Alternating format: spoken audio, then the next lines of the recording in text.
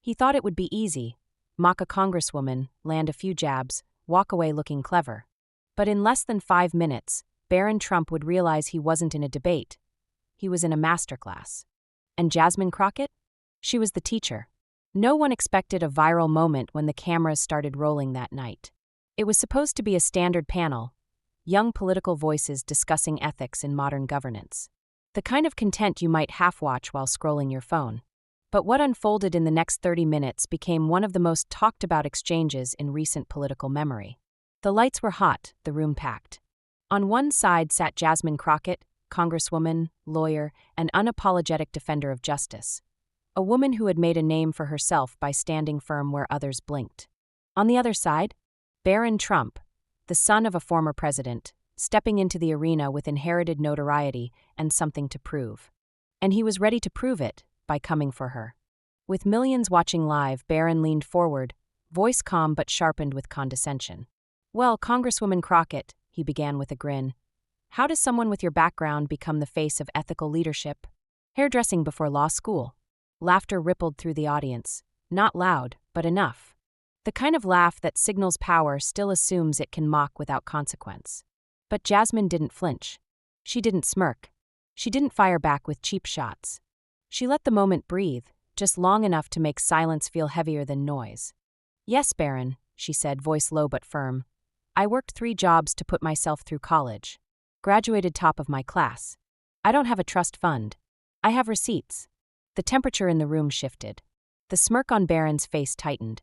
He wasn't expecting her to take the jab and turn it into a badge of honor. But Jasmine wasn't playing for laughs, she was playing for truth.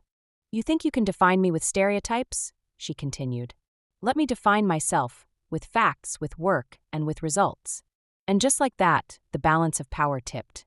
Barron tried to recover, reaching for a prepared line about identity politics. But it was too late. Jasmine had already dismantled the performance. And what happened next would set the internet on fire. Because this wasn't just a takedown, it was a takedown with purpose. It wasn't just about one woman defending herself. It was about every underestimated voice rising above every cheap shot ever thrown in the name of ego. This was about truth versus entitlement. And Jasmine? She didn't just win the moment, she owned the narrative. But the most devastating part? She did it with calm. She did it with precision. She did it without ever raising her voice. And by the time Barron realized what had happened, the audience had already chosen their champion. Barron Trump, sensing his early jab had backfired, leaned in again. This time, he was determined not to lose ground. "You talk a good game," he said, voice tinged with forced calm. "But politics is about more than fiery speeches. You can't govern on attitude alone." Jasmine didn't even look at him at first. She straightened a document in front of her. Then, slowly, she turned her eyes toward him. "Attitude," she said quietly. "Let me tell you what I govern on: experience, law, and results. But if you want to talk about attitude, maybe start by checking the mirror." The audience chuckled, not mockingly but knowingly. The tone had shifted. People weren't watching a debate anymore. They were watching a dismantling, in real time. Barron tried again, pivoting to policy. "Let's get real. You voted against an amendment to fund public charter schools in underserved communities. How's that ethical?" But Jasmine didn't flinch. "You're referring to House Resolution 214, she said, as if reading from a playbook already memorized. "The amendment I opposed would have redirected funds from public schools in my district. The ones already under-resourced. You want to talk about underserved? Try sitting across from a grandmother raising 3 kids and telling her local school just lost its bus funding." The crowd nodded. Even the moderator looked mildly impressed. Still, Barron pressed. "That's convenient. You always seem to have a comeback." "No," Jasmine replied. "I have the facts. It just feels like a comeback when you show up unprepared." That's when the energy shifted. Not with a laugh. Not with a cheer. With a silence that settled like fog. Barron looked down at his notes, rifling through them as if the right zinger could still rescue him. Then he did what many under pressure do. He reached for the smear. "You know, Congresswoman," he said, sitting back smugly, "there's a reason your name came up in that ethics review. Maybe you're not as clean as you pretend to be." Whispers in the audience. One audible wow from the back row. The moderator raised an eyebrow.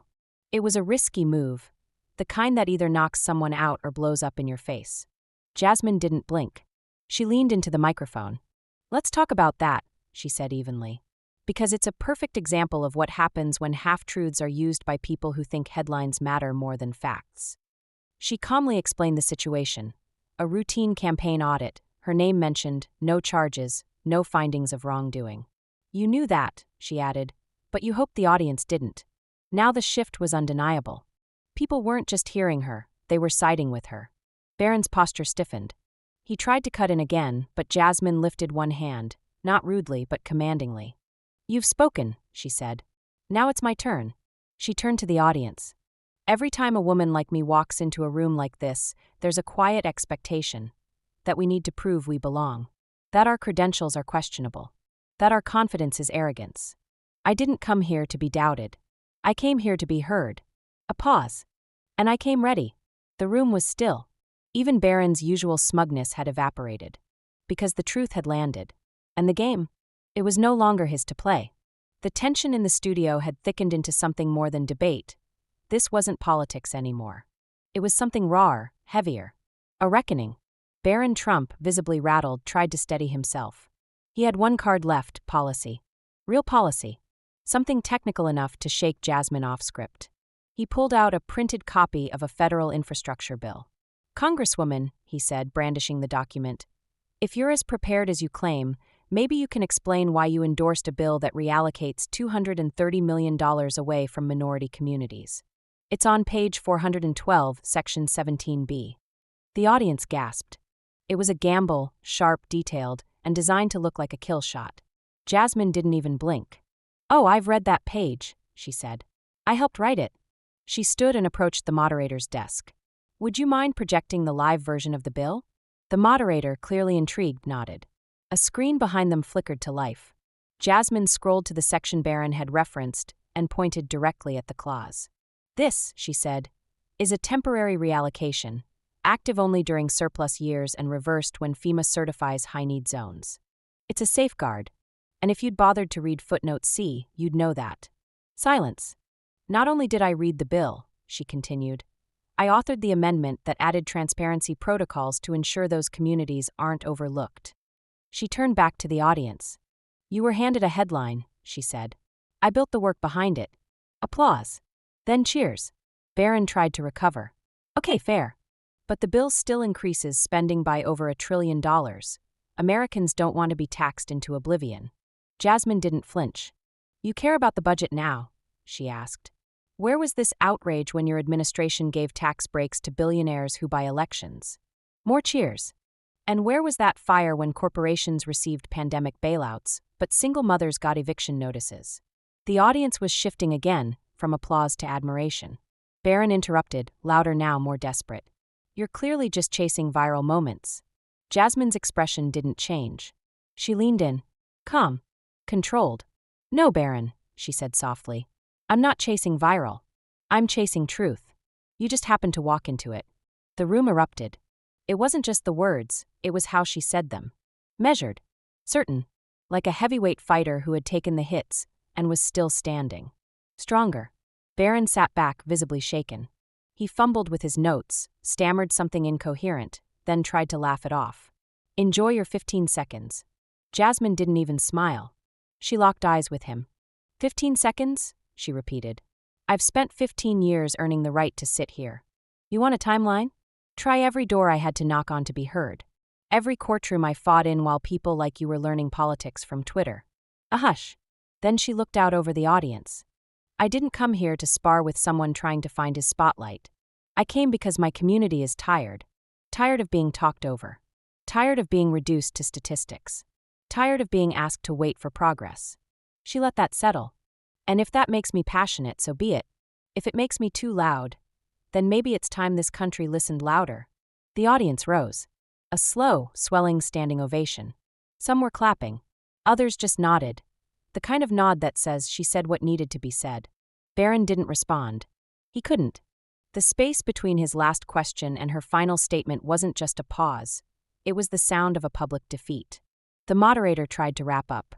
Well, I think that speaks for itself.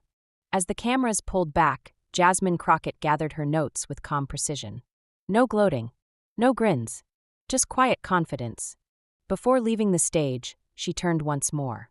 "Let me be clear," she said, voice steady. "This wasn't about winning an argument. It was about telling the truth. Out loud, unapologetically, and without waiting for permission. A final beat. Because silence has never protected people like me. Only truth has." With that, she stepped off the stage. And Barron? He stayed seated, head lowered. Because in that moment, the nation didn't just witness a debate. They witnessed a reminder. That brilliance doesn't need a famous name. That power doesn't always shout, sometimes it speaks. And when it does, it leaves no room for noise.